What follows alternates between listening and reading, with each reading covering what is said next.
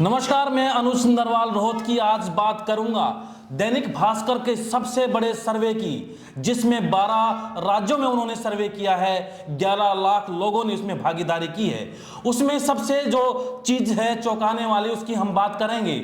हरियाणा के संदर्भ में इस सर्वे में क्या दिखाया है उसके ऊपर हम चर्चा करेंगे और देखेंगे कि नरेंद्र मोदी का जो सपना 370 और 400 पार का है वो किस तरीके से यहां पर धराशायी होता दिखाई दे रहा है। जो दैनिक भास्कर का सर्वे है उसके ऊपर हम ज्यादा बात करेंगे अविनाश सैनी जी से। अविनाश जी, जो सर्वे आया है 12 राज्यों में 11 लाख लोगों ने भाग लिया, उसमें किस तरीके का आप देखते हैं कि जो दैनिक भास्कर का ये सर्वे था, जो परिणाम है, जो चौंकाने वाले परिणाम है, किस तरीके से देखते हैं? जी अनुज, मैं आपसे बात करूं कि ये सर्वे आया है 12 राज्यों में और 543 में से 48% जो सीट है उन पे ये सर्वे किया गया।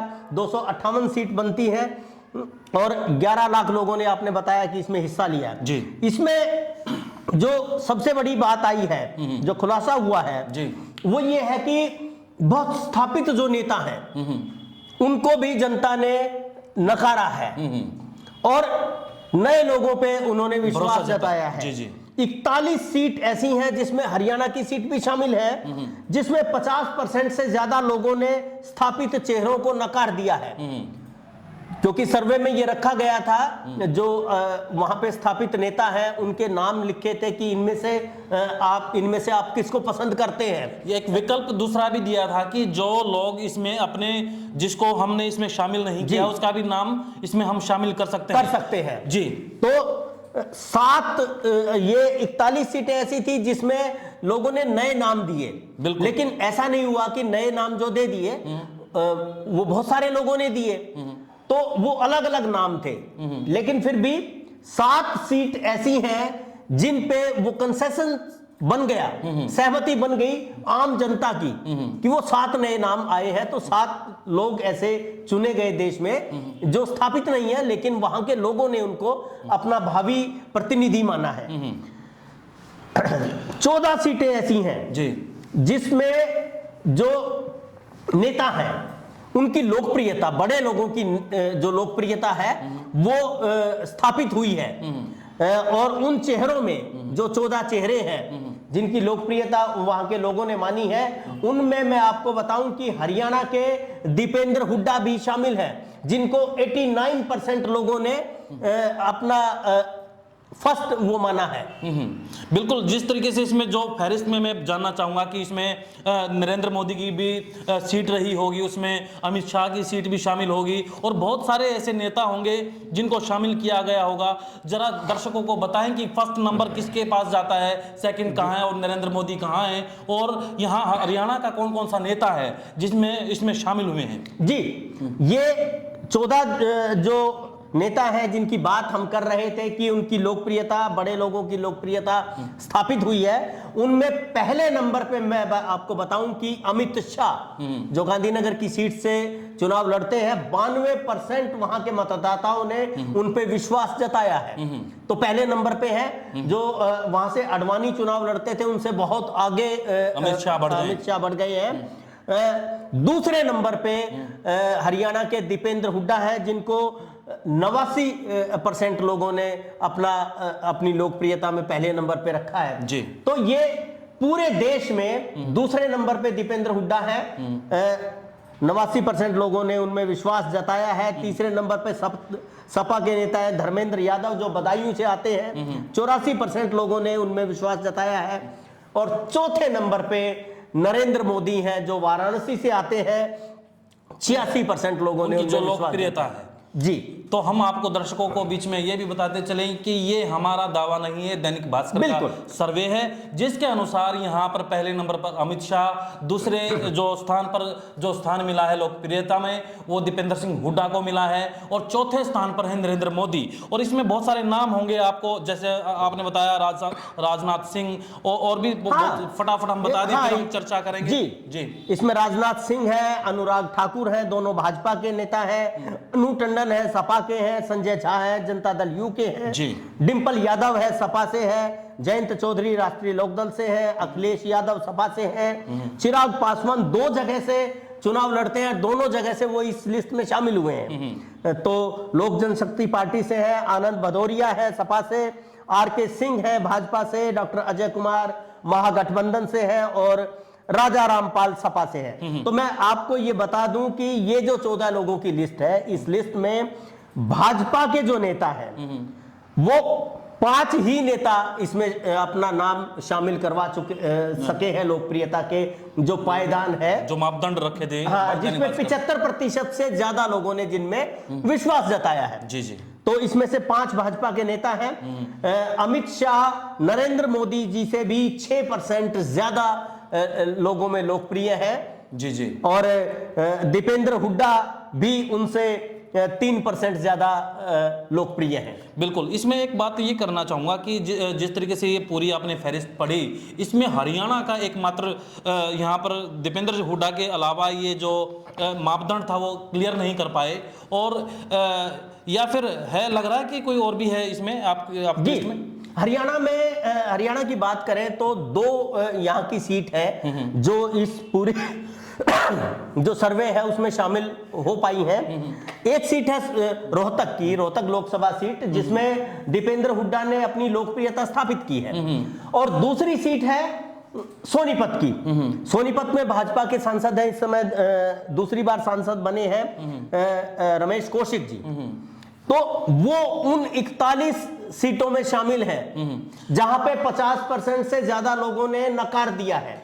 साधारण से बातों में हम कहें कि जो सोनीपत की सीट थी वहां के सांसद को पूरी तरीके से नकार दिया है इस दैनिक भास्कर के सर्वे के अनुसार 89% लोगों ने। और उसमें हैरत की बात यह है कि विपक्ष का भी कोई इस तरीके का नाम नहीं आया जो वहां पर पॉपुलर स्थापित है। हाँ, स्थापित लेकिन स्थापित लोगों का नाम नहीं आया है, लेकिन एक नाम ऐसा आया है जो समाज सेवी है वहां के, हालांकि और कांग्रेस से जुड़े हुए हैं। कांग्रेस के दृष्टिकोण से देखें तो सोनीपत के लिए भी उनके लिए अच्छी खबर है कि वहां भी ऐसे चीजें हैं कि वहां पर कांग्रेस के लोगों को भी पसंद किया जा रहा है। जी। तो जो हम बात कर रहे थे अनुज कि भाजपा का जो 370 और 400 पार का आंकड़ा था, उसमें यह था कि ये जो 12 राज्य है जो हिंदी भाषी राज्य है, जिनमें भाजपा का जनाधार है, जिसमें भाजपा की नीतियों की ज्यादा स्वीकार्यता है, उनके मुद्दों की ज्यादा स्वीकार्यता है, और ज्यादातर सीटें वहां पे जीते हुए हैं भाजपा।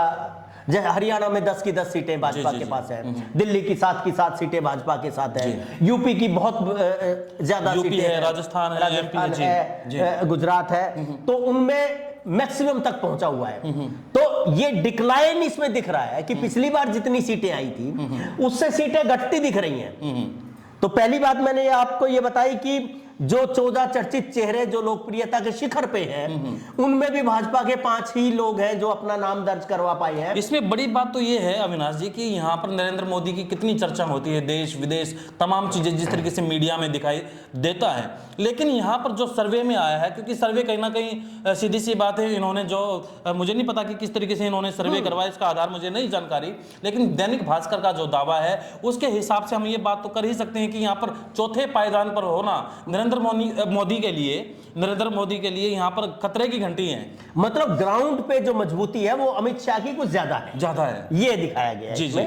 और हरियाणा में खास तौर पर हरियाणा की अगर बात करें तो हरियाणा में बीजेपी का कोई नेता दूर दूर तक दिखाई नहीं देता, कांग्रेस का भी कोई नेता दूर तक दिखाई नहीं देता, सिर्फ एक यहाँ पर दीपेंद्र सिंह हुड्डा बने हुए हैं जो इस क्राइटेरिया पर को फुलफिल करते हैं। जी। जो 41 लोग हैं जिनको लोगों ने एक तरह से नकारा है, उनमें मैं आपको बताऊं कि मध्य प्रदेश की 8 सीट है, बिहार की 9 सीट है, यूपी की 20 सीट है, पंजाब की 2 सीट है, राजस्थान की 1 सीट है और हरियाणा की 1 सीट है, सोनीपत का जिक्र किया। हाँ जी। इसके अलावा भी इसमें कोई ऐसी बात है सर्वे में कि अलग से ये पॉपुलैरिटी की बात करी आपने 12 राज्यों में, कोई सीटों के ऊपर भी है कि कितना सीटों पे कौन आगे है कौन पीछे है, कुछ इस तरह की है क्या इसमें? नहीं, इस तरह की कोई बहुत ज्यादा बात नहीं आई है। सीधा जो हमने अभी तक का जो आंकड़े देखे हैं उन आंकड़ों के हिसाब से एक आकलन है कि किस तरह से लोग सोच रहे हैं, क्या ट्रेंड बन रहा है।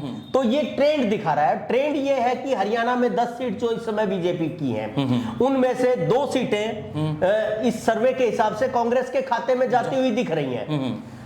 जी, और बहुत बड़े मार्जिन से जाती हुई दिख रही है, क्योंकि 89% इधर दीपेंद्र हुड्डा आगे है और ये जो 79% से रमेश कौशिक पीछे हैं। और वहां पे कांग्रेस के नेता जो है उनको उसमें दिखाया गया है कि वो लोकप्रियता में ज्यादा है।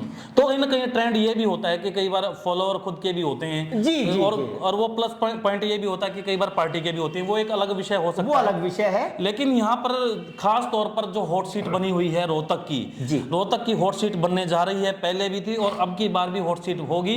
उससे पहले ये सर्वे कहीं ना कहीं जो हुड्डा खेमा है, दीपेंद्र सिंह हुड्डा यहाँ पर, क्योंकि अब पीछे 2 दिन पहले रोहतक आए थे, पीछे बीते मंगलवार को, और उनसे सवाल किया गया था कि आप चुनाव लड़ेंगे, तो उन्होंने कहा कि ये अगर ये जो प्रश्न उठता है तो ये विपक्ष वाले उठाते हैं, तो उन्होंने क्लियर किया कि वो चुनाव लड़ेंगे और उनके लिए इस तरीके की राहत की बात हो सकती है। आपको क्या लगता है? बिल्कुल बिल्कुल, ये राहत की बात है, क्योंकि रोहतक की सीट पिछली बार वो बहुत थोड़े मार्जिन से हार गए थे।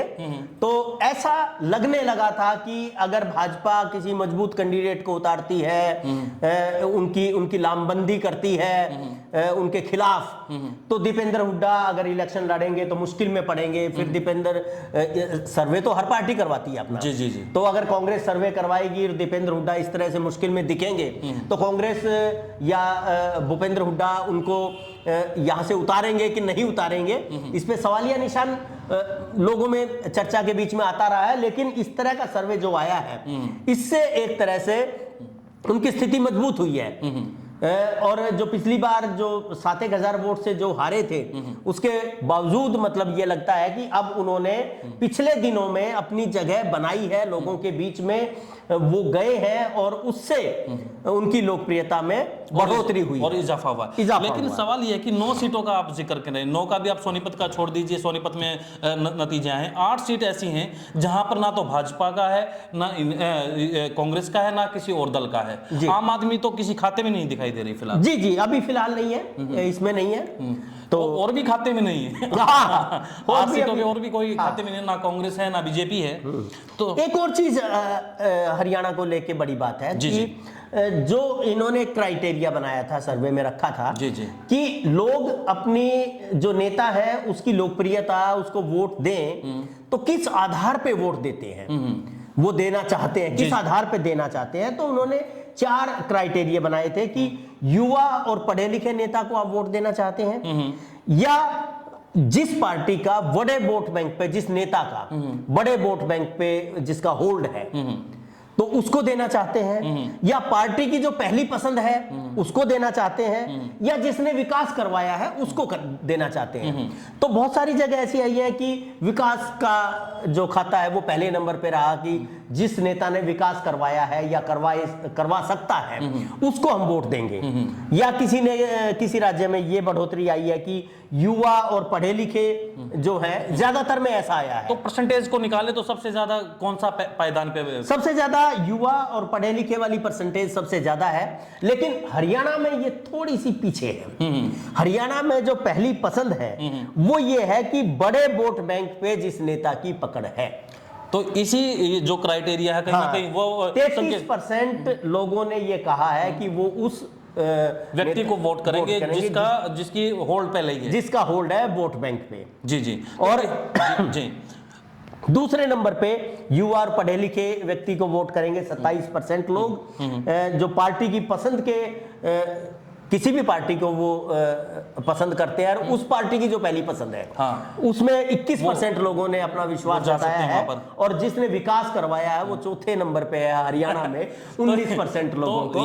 तो विकास की कोई ज्यादा जरूरत हरियाणा के लोगों को दिखती नहीं है। थोड़ी सी शिकायत है हरियाणा के लोगों से कि जो भी डेवलपमेंट करवाए हरियाणा का तो उसको वोट करना चाहिए, अच्छी बात है, और लेकिन ये चौथे नंबर पे नहीं आना चाहिए था। बिल्कुल, ये हमारा मानना है। लेकिन दैनिक भास्कर का जो सर्वे है वो दिखाता है, खास तौर पर हम हरियाणा का इसलिए फोकस कर रहे हैं क्योंकि हमारा जो फोकस ही है सारा हरियाणा के ऊपर रहता है, और हरियाणा के नजरिए से इसका विश्लेषण हमने किया कि हरियाणा में एकमात्र ही नेता इस क्राइटेरिया को, जो पॉपुलैरिटी का जो है उसको पायदान पे पूरे देश जो 12 राज्यों में, ये 12 राज्यों का आपको सर्वे का हम रिपोर्ट बता रहे हैं, और जिसमें 11 लाख लोगों ने भाग लिया, उसमें दूसरे नंबर पर पहुंच गए दीपेंद्र सिंह हुड्डा। और जो नरेंद्र मोदी हैं देश के प्रधानमंत्री जिनकी चर्चाएं काफ़ी होती हैं और हमेशा सुर्खियों में रहते हैं, वो चौथे नंबर पर हैं। और अमित शाह जो देश के यहाँ पर गृह मंत्री हैं, वो फर्स्ट पोजीशन बनाए हुए हैं। यानी कि 12 राज्यों में दूसरे नंबर पर दीपेंद्र सिंह हुड्डा यहाँ पर पहुंचे हैं। हरियाणा के एकमात्र राज्यसभा सांसद हैं कांग्रेस की तरफ से। और दूसरी इसमें जो बात आई हरियाणा के नजरिए से हम देखें तो सोनीपत की सीट पर नेगेटिव मार्किंग की है जो वहां के वोटर्स हैं जिन्होंने इस सर्वे में भाग लिया। और ये रमेश कौशिक के लिए बड़े खतरे की घंटी है। और 8 ऐसी जो सीट बची हैं लोकसभा की हरियाणा की, उसके ऊपर भी चिंता का विषय है कि वहां भी ऐसे कोई नेता, ऐसा कोई चेहरा नहीं सर्वे में अपने आप को साबित कर पाया जो लगता हो कि वहां पर वो पॉपुलर है या इस तरीके से लोग उसको चाहते हों। यानी कि सबका ग्राफ गिरा है यहाँ पर। बिल्कुल। और हरियाणा में एकमात्र ऐसे दीपेंद्र सिंह हुड्डा ही बचे जिनकी पॉपुलैरिटी बढ़ी है। और इस हिसाब से वो 12 राज्यों के इस 11 लाख लोगों के सर्वे में दूसरे नंबर पर बने हुए हैं। आपको क्या लगता है इस सर्वे रिपोर्ट को देखकर? कमेंट बॉक्स में जरूर लिखिएगा। नमस्कार। नमस्कार।